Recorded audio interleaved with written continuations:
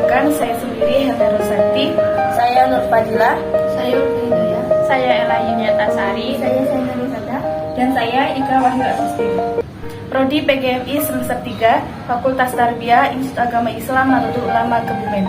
Kami akan presentasikan hasil diskusi kami yang berjudul Laporan Penelitian Batik Ciprat Karya Disabilitas dengan dosen pengampu Bapak Ahmad Nurhaji. Saksikan video kami. Bab 1. Pendahuluan. Latar belakang dari laporan penelitian ini adalah dari sekian banyak kebudayaan di Indonesia, yang populer adalah batik. Salah satu batik yang populer di Jawa Tengah adalah batik ciprat. Batik ciprat adalah batik hasil karya dari para penyandang disabilitas atau para penyandang tunagrahita. Batik ciprat adalah proses mencipratkan malam ke atas kain mori dengan motif yang abstrak dan berbeda di setiap kainnya. Namun di balik batik ciprat ini terdapat kisah inspiratif di dalamnya. Tujuan dari laporan penelitian ini adalah yang pertama untuk mengetahui pengertian dari disabilitas, yang kedua untuk mengetahui pengertian dari batik Nusantara, yang ketiga untuk mengetahui macam-macam dari batik Nusantara, yang keempat untuk mengetahui perbedaan batik Pegon dengan batik Nusantara, yang kelima untuk mengetahui sejarah dari batik ciprat, yang keenam untuk mengetahui langkah-langkah membuat batik ciprat, dan yang terakhir atau yang ketujuh untuk mengetahui hasil jadi dari batik ciprat karya dari Karang Padean Ponorogo. Metode penelitian yang kami gunakan dalam laporan penelitian ini adalah dengan menggunakan teknik pengumpulan data, yaitu kami melakukan wawancara secara langsung dan mengumpulkan sumber-sumber dari internet. Kedua, pembahasan pengertian disabilitas. Disabilitas berasal dari bahasa Inggris, yaitu different ability, yang berarti manusia memiliki kemampuan yang berbeda-beda. Terdapat beberapa istilah penyebutan menunjuk pada penyandang disabilitas. Pertama, menurut Kementerian Sosial, yaitu penyandang cacat. Kementerian Pendidikan Nasional menyebutnya berkebutuhan khusus. Kementerian Kesehatan menyebutnya penderita cacat. Disabilitas atau kelainan fisik terdiri dari 4, yaitu kelainan tunadaksa, kelainan tubuh atau tunadaksa, kelainan penglihatan atau tunarungu, dan keempat, kelainan bicara atau tunawicara. Asas-asas dan hak penyandang disabilitas. Menurut Rahayu dan kawan-kawan, terdapat 4 asas penyandang disabilitas yang harus dipenuhi, yaitu pertama, asas kemudahan, yang kedua, asas kegunaan, yang ketiga, asas kemandirian, dan yang keempat, asas keselamatan. Seni batik adalah salah satu warisan budaya bangsa Indonesia yang memiliki nilai tinggi. Pada tanggal 2 Oktober 2019, batik mendapatkan legitimasi dari UNESCO sebagai warisan luhur budaya bangsa yang tak terbenda. Sejak saat itu, setiap tanggal 2 Oktober diperingati sebagai Hari Batik Nasional. Batik menjadi kebudayaan Indonesia yang kelestariannya masih terus dijaga sampai saat ini. Teknik pembuatannya dengan cara yang masih tradisional dan berbagai macam motif membuat batik ini digagumi oleh masyarakat dunia. Selain itu, motif yang dibuat pengrajin juga tidak sembarangan. Setiap motifnya terkandung makna dan juga makna yang ingin disampaikan oleh para pengrajin batik. Sebab motif batik di daerah biasanya menceritakan cara hidup kearifan lokal dan kebudayaan yang berkembang di daerah masing-masing. Batik juga dilibatkan dalam acara ritual tertentu seperti pada upacara Luruk Layon, Karaton Kasunanan Surakarta. Selain itu, saat ada orang meninggal, beberapa motif batik juga digunakan seperti sidomukti digunakan untuk menutup jenazah karena memiliki arti dan makna yang berkaitan. Selanjutnya yaitu macam-macam batik Nusantara. 1. Batik Parangkusuma yang berasal dari Solo, yang motifnya menyerupai gulungan ombak yang menghantam tebing dan karang. Yang kedua, batik Mega Mendung berasal dari Cirebon. Motifnya layaknya gumpalan awan di langit yang luas. Yang ketiga, batik Sidomukti dari Solo, yaitu batik salah satu jenis batik keraton yang dilukis menggunakan zat warna soga alam. Yang keempat adalah batik 7 rupa berasal dari Pekalongan, yang batiknya didominasi dengan motif hewan atau tumbuhan. Yang kelima yaitu batik lasem yang berasal dari Rembang. Batik lasem ini sedikit mirip dengan batik Pekalongan. Yang keenam, batik Singa Barong berasal dari Cirebon yang memiliki makna berdasarkan nama dan sejarahnya, yaitu singa barong yang merupakan sejenis binatang mitologis yang ajaib. Yang ketujuh adalah batik Sekar Jagad yang berasal dari Yogyakarta dan Solo. Motif ini melambungkan keragaman Nusantara dan dunia. Yang ke-8 yaitu batik piring sedapur yang berasal dari Magetan. Batik ini memiliki motif yang cukup sederhana, tapi tetap terlihat indah dan perpaduannya yang menarik. Yang ke-9 yaitu batik Sidoluhur yang berasal dari Solo. Batik Sidoluhur diperuntukkan untuk prosesi pernikahan karena dipakai pengantin wanita saat malam pengantin. Yang ke-10 yaitu batik tambal berasal dari Yogyakarta. Batik tambal ini yaitu tambal yang berarti sebuah fungsi untuk menambal sesuatu yang kurang atau rusak. Yang ke-11 yaitu batik Jagatan Pisang berasal dari Bali. Batik Jagatan Pisang atau batik pisang merupakan jenis batik yang berasal dari Bali yang sesuai dengan namanya. Batik ini memiliki motif pisang Bali. Yang ke-12 yaitu batik Pirangan dari Tasikmalaya yang merupakan batik yang memiliki corak rapat, rapi, dan berkelas dengan warna cerah yang kalem. Yang ke-13 yaitu batik Garutan yang berasal dari Garut yang memiliki ciri khas motif bentuk geometris dan flora fauna yang didominasi warna krem dan dipadukan dengan warna-warni cerah. Yang ke-14 yaitu batik Tubo yang berasal dari Ternate. Ciri khas batik Tubo yaitu motifnya yang berbentuk cengkeh, pala, peta Maluku Utara, ikan, kelapa, karang, serta unsur-unsur kehidupan yang terdapat di Indonesia bagian timur. Yang terakhir yaitu batik Ulam Sari Emas yang berasal dari Bali, yaitu benda halnya dengan batik Ulam Sari, yaitu batik yang memiliki motif ikan dan udang yang mewakili mata pencaharian masyarakat Bali. Perbedaan batik Pekon dengan batik Nusantara. Kalau batik Pekon itu sama-sama budaya Nusantara, warisan leluhur yang tidak ada dimanapun. Pekon itu sendiri budaya warisan leluhur. Pekon berasal dari bahasa Bodog. Konon ceritanya bahasa isyarat untuk mengetahui penjajah pada waktu itu. Kenapa batik Pekon? Karena bahasa simbol untuk mengetahui penjajah dan hal sama-sama warisan bangsa yang sama-sama sudah pudar. Batik Pekon lahir dari rumah inklusif. Batik Pekon yaitu yang pertama hal kegiatan biasa atau perasaan ibu karena menganggap anaknya atau difabel masih menjadi beban. Dari situlah menemukan batik Pekon.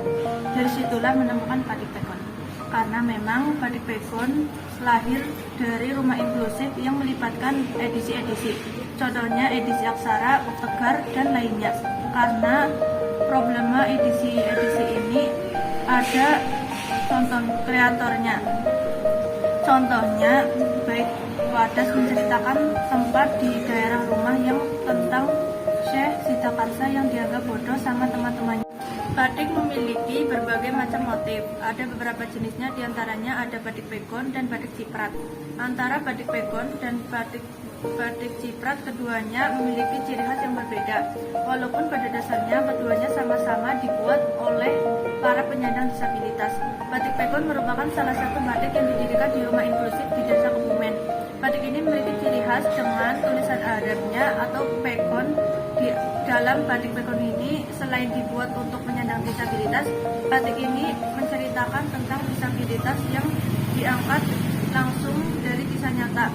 Batik ciprat sendiri merupakan batik yang ditunjukkan untuk anak-anak berkebutuhan khusus agar dapat membuat karya batik dari berbagai varian dan motif sesuai dengan namanya. Batik ini dalam proses pembuatannya dengan cara mencipratkan malam. Sejarah batik ciprat. Batik merupakan warisan budaya yang berasal dari Indonesia. Seiring berjalannya waktu, pengrajin batik berinovasi. Salah satunya batik ciprat. Batik ciprat merupakan penemuan baru cara membatik yang diajarkan untuk anak-anak berkebutuhan khusus agar dapat membuat batik yang mudah dan menyenangkan. Batik diperingati 9, yaitu 2 Oktober. Pada perkembangannya, batik ciprat ini diberi nama kota yang ada di daerah Semarang. Sebut saja Kota Lama, Singgabencah, Rawangsewu, Panjenengan, dan lain-lain.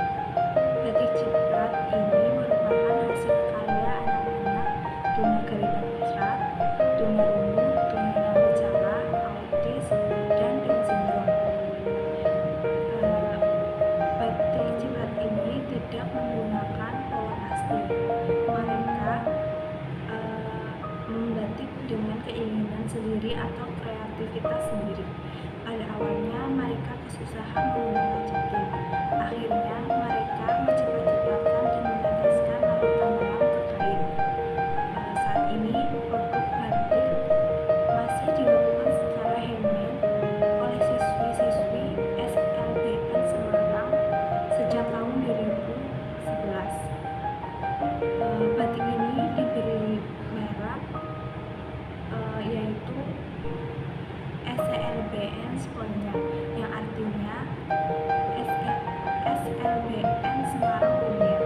Selain Semarang, yaitu kota Kalimantan, Jakarta, Papua, Aceh, dan lain-lain. Berawal dari Semarang, jadi terinspirasi bagi penyandang disabilitas untuk berkarya seperti kota Yogyakarta, Lampung, Sumatera Selatan, dan daerah lainnya. Hasilnya banyak motif yang menarik sesuai dengan ciri khas daerah masing-masing. Untuk langkah-langkah membuat batik ciprat, yaitu bahan dan alatnya diantaranya ada kain batik atau kain mori, yang kedua ada pewarna kain atau zat warna remasol, yang ketiga ada malam, yang keempat ada panci, yang kelima ada kompor, yang keenam ada watergloss, yang ketujuh ada kuas, yang ke-8 ada lidi, yang ke-9 ada pipa paralon, yang ke-10 ada gelas, yang ke-11 ada kompor, yang ke-12 ada wajan, yang ke-13 ada karet kelang. Untuk langkah-langkah membuat batik ciprat, yang pertama menyusun pipa paralon, yang kedua memotong bahan kain, yang ketiga memasang kain pada pipa paralon, yang keempat menyiapkan malam, yang kelima mencipratkan malam pada kain, yang keenam menciptakan motif batik, yang ketujuh mewarnai bagian luar batik, yang kedelapan menyiapkan watergloss, yang kesembilan menjemur kain batik. Untuk daerah-daerah penghasil batik ciprat, yang pertama ada Desa Simbatan, yaitu terletak di Magelang, yang kedua ada Desa Banyuasin, terletak di Purworejo, yang ketiga ada Desa Resa Pombo, terletak di Blitar. Namun, di sini akan lebih jelaskan tentang batik ciprat produksi Karangpatihan Ponorogo. Batik ciprat merupakan penemuan baru cara membatik yang diajarkan untuk anak-anak berkebutuhan khusus agar dapat membuat karya batik dengan mudah dan menyenangkan. Batik ciprat Karangpatihan adalah kreasi batik dengan berbagai varian dan motif, mulai motif abstrak, bintang, wayang, tumbuhan, dan masih banyak lainnya, yang menggunakan kombinasi dengan antara batik ciprat dan tulis sehingga menghasilkan karya yang unik dan khas. Di Desa Karangpatihan, Kecamatan Balong, Kabupaten Ponorogo ini, tepatnya ada sebuah kampung yang dikenal dengan nama Kampung Gideon. Hal ini dikarenakan banyak jumlahnya warga yang mengalami tunagrahita atau keterbelakangan mental. Jumlahnya pun mencapai sekitar 98 orang. Walaupun seiring bertambahnya perkembangan zaman, jumlah tersebut sudah semakin menurun. Melihat kondisi tersebut, Kepala Desa Karangpatihan Eko Mulyadi membuat sebuah program dari Kemensos yang ingin memberdayakan masyarakat tunagrahita dalam memperbaiki taraf hidupnya. Pada tahun 2013, pembuatan batik ciprat ini dimulai programnya yang dilaksanakan di Rumah Harapan sebagai tempat pemberdayaan ekonomi yang dilakukan warga tunagrahita dan warga kurang mampu untuk memproduksi batik ciprat yang bisa menambah penghasilan bagi warga sekitar. Dan mereka pun mengembangkan produk usaha ini yang diharapkan hasil dari produksi batik ini yaitu dapat mensejahterakan kehidupan masyarakat agar lebih baik. Batik ciprat karya Rumah Harapan ini juga sudah dikenal di sekitar masyarakat, bahkan luar kota, karena hasil batik ciprat ini memiliki nilai artistik yang sangat tumbuh, corak, dan pola juga bagus, yang sangat mengapresiasikan keberadaan Rumah Harapan yang sangat bermanfaat. Uniknya dari batik ciprat di sini adalah hasilnya akan berbeda antara satu kain dan lainnya, sebab diproduksi secara manual bukan cetakan, sehingga tidak heran jika batik ciprat ini sudah bisa bersaing dengan batik lainnya dalam menarik minat pasar. Yang terakhir, kesimpulan. Istilah disabilitas berasal dari bahasa Inggris yaitu different ability, yang artinya manusia memiliki kemampuan yang berbeda. Disabilitas fisik atau kelainan fisik terdiri dari kelainan tubuh atau tunadarsa, kelainan indera atau penglihatan atau tunanetra, kelainan pendengaran atau tunarungu, dan kelainan bicara atau tunawicara. Asas penyandang disabilitas yaitu asas kemudahan, asas keprimaan, asas keselamatan, dan asas kemandirian. Batik ciprat merupakan penemuan baru cara membatik yang diajarkan untuk anak-anak berkebutuhan khusus agar dapat membuat karya batik dengan mudah dan menyenangkan. Langkah-langkah membuat batik ciprat yaitu menyusun pipa paralon, memotong bahan kain, memasang kain pada pipa paralon, menyiapkan malam, mencipratkan malam pada kain, menciptakan motif batik. Daerah penghasil batik ciprat yaitu Desa Simbakan terletak di Magetan, Desa Banyu Asin terletak di Purworejo, Desa Resa Pombo terletak di Blitar, dan Karangpatihan Ponorogo. Batik ciprat Karangpatihan adalah kreasi batik dengan berbagai varian dan motif, mulai motif abstrak, bintang, wayang, tumbuhan, dan masih banyak lagi yang lainnya, yang menggunakan kombinasi antara batik ciprat dan tulis sehingga menghasilkan karya yang unik dan khas.